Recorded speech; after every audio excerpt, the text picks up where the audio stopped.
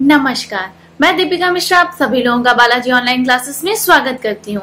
आज हम class 6 Hindi first मेधा में पार्ट 10 छोटा जादूगर कहानी पढ़ेंगे। इस पार्ट में समाज में व्याप्त विसंगतियों की ओर ध्यान आकृष्ट किया गया है। पिता की अनुपस्थिति में एक असहाय बालक अपनी कलाकारी दिखाकर जिस प्रकार जीविकोपार्जन करता है वह हमारे मन को झकझोर देता है। कार्निवल के मैदान में बिजली जगमगा रही थी। हंसी और विनोद का कलनाद गूंज रहा था। मैं खड़ा था उस छोटे फुहारे के पास जहां एक लड़का चुपचाप शरबत पीने वालों को देख रहा था। उसके गले में फटे कुर्ते के ऊपर से एक मोटी सी सूत की रस्सी पड़ी थी और जेब में कुछ ताश के पत्ते थे। उसके मुंह पर गंभीर विषाद के साथ धैर्य की रेखा थी। मैं उसकी ओर न जाने क्यों आकर्षित हुआ। उसके अभाव में भी संपूर्णता थी। मैंने पूछा, क्यों जी, तुमने इसमें क्या देखा? मैंने सब देखा है। यहाँ चूड़ी फेंकते हैं, खिलौने पर निशाना लगाते हैं और तीर से नंबर छेदते हैं। मुझे तो खिलौनों पर अच्छा निशाना लगाना मालूम है। जादूगर तो बिल्कुल निकम्मा है। उससे अच्छा तो ताश का खेल मैं ही दिखा सकता हूँ, उसने बड़े विश्वास से कहा। उसकी वाणी में कहीं बनावट न थी। मैंने पूछा, और उस पर्दे में क्या है? तुम वहां गए थे? नहीं, मैं वहां न जा सका, टिकट लगता है। मैंने मन ही मन कहा, भाई आज के तुम ही मित्र रहे। उसने कहा, वहां जाकर क्या कीजिएगा, चलिए निशाना लगाया जाए।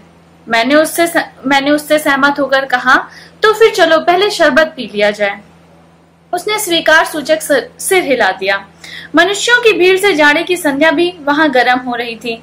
हम दोनों शरबत पीकर निशाना लगाने चले। राह में मैंने पूछा, तुम्हारे और कौन है? माँ और बाबूजी, उसने कहा। उन्होंने तुम्हें यहाँ आने के लिए मना नहीं किया? बाबूजी जेल में हैं। क्यों? देश के लिए, वह गर्व से बोला। और तुम्हारी माँ? वह बीमार है और तुम तमाशा देख रहे हो। उसके मुंह पर तिरस्कार की हंसी फूट पड़ी। उसने कहा, तमाशा देखने नहीं निकला हूँ, कुछ पैसे ले जाऊंगा तो माँ को पथ्य दूंगा। मुझे शरबत पिलाने के बजाय आपने मेरा खेल देखकर कुछ पैसे दे दिए होते तो मुझे अधिक प्रसन्नता होती। मैं आश्चर्य से उस 13-14 वर्ष के लड़के को देखने लगा। हाँ, मैं सच कहता हूँ बाबूजी, माँ जी बीमार है इसलिए मैं नहीं गया। उसने आगे बताया। कहाँ? जेल में। जब लोग खेल तमाशा देखते ही हैं तो मैं क्यों न दिखाकर माँ की सेवा करूं और अपना पेट भरूं। मैंने दीर्घ निश्वास लिया। चारों ओर बिजली के लट्टू नाच रहे थे। मैं व्यग्र हो उठा। मैंने उससे कहा, अच्छा चलो निशाना लगाया जाए। हम दोनों उस जगह पर पहुंचे जहां खिलौने को गेंद से गिराया जाता था। मैंने 12 टिकट खरीदकर उस लड़के को दिए। वह निकला पक्का निशानेबाज। उसकी कोई भी गेंद खाली नहीं गई। देखने वाले दंग रह गए।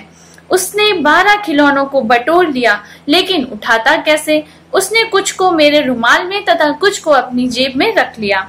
लड़के ने कहा, बाबूजी आपको तमाशा दिखाऊंगा, बाहर आइए, मैं चलता हूँ। वह 9-11 हो गया। मैंने मन ही मन कहा, इतनी जल्दी आंखें बदल गईं। मैं घूमकर पान की दुकान पर आ गया। पान खाकर वहीं बड़ी देर तक इधर उधर टहलता देखता रहा। झूले के पास लोगों का ऊपर नीचे आना देखने लगा। अकस्मात किसी ने ऊपर हिंडोले से पुकारा, बाबूजी। मैंने पूछा, कौन? मैं हूँ छोटा जादूगर। कोलकाता के सुरम्य वनस्पति उद्यान में लाल कमलिनी से भरी हुई एक छोटी सी झील के किनारे बड़े घने वृक्षों की छाया में अपनी मंडली के साथ बैठा हुआ मैं जलपान कर रहा था। इतने में वही छोटा जादूगर दिखाई पड़ा। बाबूजी नमस्ते, आज कहिए तो खेल दिखाऊं। नहीं जी, अभी हम लोग जलपान कर रहे हैं। तभी श्रीमती ने कहा, दिखलाओ जी, तुम तो अच्छे आए, भला कुछ मन तो बहले। मैं चुप हो गया। श्रीमती की वाणी में वह माँ की सी मिठास थी जिसके सामने उस लड़के को रोका नहीं जा सकता था। उसने खेल आरंभ किया। उस दिन कार्निवाल के सब खिलौने उसके खेल में अपना अभिनय करने लगे। भालू मनाने लगा, बिल्ली रूठने लगी, बंदर हुड़कने लगा, गुड़िया का ब्याह हुआ। लड़के की वाचलता से ही अभिनय हो रहा था। सभी हंसते हंसते लोटपोट हो गए। मैं सोच रहा था, बालक को आवश्यकता ने कितना शीघ्र चतुर बना दिया। यही तो संसार है। ताश के सब पत्ते लाल हो गए, फिर सब काले हो गए। लट्टू अपने आप नाच रहे थे। मैंने कहा, अब हो चुका, अपना खेल बटोर लो, हम लोग भी अब जाएंगे। श्रीमती जी ने धीरे से उसे 1 रुपया दे दिया। वह उछल पड़ा। मैंने कहा, लड़के, छोटा जादूगर कहिए, यह मेरा नाम है, इससे ही मेरी आजीविका है। मैं कुछ बोलना चाहता था कि श्रीमती ने कहा, अच्छा, तुम इस रुपए का करोगे क्या? पहले भरपेट पकौड़ी खाऊंगा, फिर एक सूती कंबल लूंगा। वह नमस्कार करके चला गया। हम लोग धीरे धीरे मोटर गाड़ी से हावड़ा की ओर जा रहे थे। रह रहकर छोटा जादूगर स्मरण हो आता था। सचमुच वह एक झोपड़ी के पास कंबल कांधे पर डाले खड़ा था। मैंने मोटर गाड़ी रोककर उससे पूछा, तुम यहाँ कहाँ? मेरी माँ यही है ना? अब उसे अस्पताल वालों ने निकाल दिया है। मैं उतर गया। उस झोपड़ी में देखा तो एक स्त्री चीथड़ों से लदी हुई कांप रही थी। मेरी आंखों से आंसू निकल पड़े। छोटे जादूगर ने कंबल ऊपर से डालकर उसके शरीर से चिपटते हुए कहा, माँ। फिर कुछ समय बाद बड़ा दिन की छुट्टियां बीत चली थी। मुझे अपने कार्यालय में समय से पहुंचना था। कलकत्ते से मन ऊब गया था। फिर भी चलते चलते एक बार उद्यान को देखने की इच्छा हुई। साथ ही जादूगर भी दिखाई पड़ जाता तो और भी। मैं उस दिन अकेले ही चल पड़ा। जल्दी लौट आना था। 10 बज चुके थे। मैंने देखा कि निर्मम धूप में सड़क के किनारे एक कपड़े पर छोटे जादूगर का रंगमंच सजा था। मैं मोटर गाड़ी रोककर उतर पड़ा। वहां बिल्ली रूठ रही थी, भालू मनाने चला था, ब्याह की तैयारियां थी, पर वह सब कुछ होते हुए भी जादूगर की वाणी में वह प्रसन्नता नहीं थी।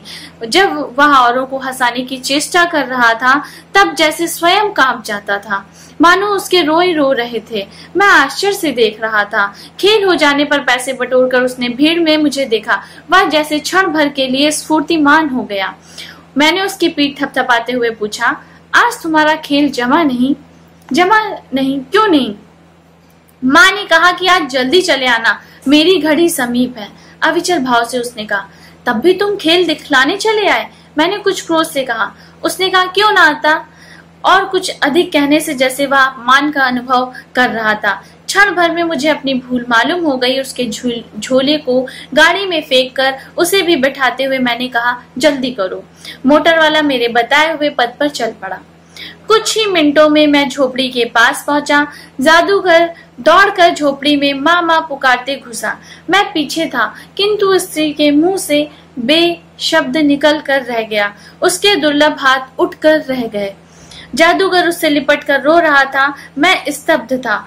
उस उज्जवल धूप में समग्र संसार जैसे जादू सा चारों ओर नृत्य करने लगा। तो ये एक स्टोरी है छोटे जादूगर की। बच्चों, इस चैप्टर को बहुत अच्छे से ध्यान से पढ़िएगा।